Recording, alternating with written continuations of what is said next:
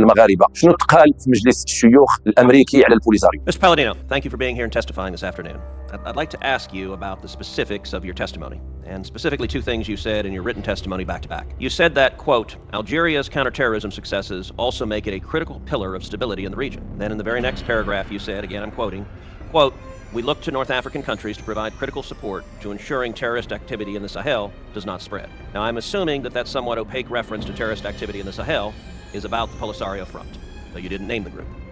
Iran is trying to turn the Polisario Front into the Houthis for West Africa, a proxy force capable of waging war to threaten regional stability and pressure U.S. partners whenever Iran wants leverage.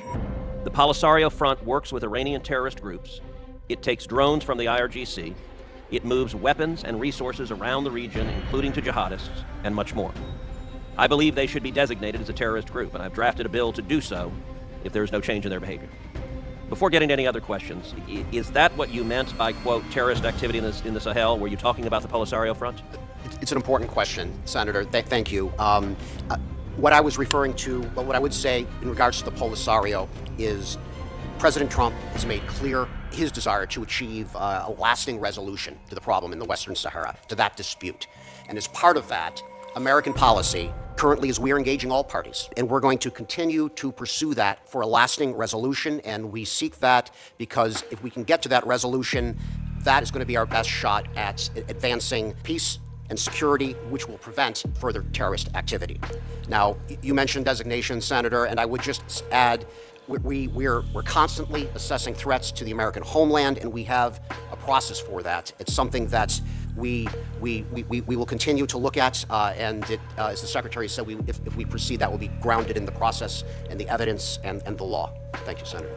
So I see that the opacity I referenced was not accidental, but was in fact deliberate, because in the full course of that answer, there was no direct indication that yes, the terrorist activity in the Sahel is coming from the Polisario Front, and that is a significant blind spot in our counterterrorism posture. Do you assess right now that the Polisario Front poses a threat to U.S. interest in any sense, and if so, in what sense? We're actively engaging all parties in the Western Sahara dispute in the interest of achieving a lasting and durable peace. That's the policy of the president, and we're seeking more time to continue to find a way to find common ground and to come to an agreement to stabilize the situation and allow there to be prosperity to follow based upon stability. Well, I will say that answer was positively Shakespearean. It was full of sound and fury and yet signifying nothing. And by the way, I will say in terms of the president, I feel confident I've spent a lot more time with the president than you have.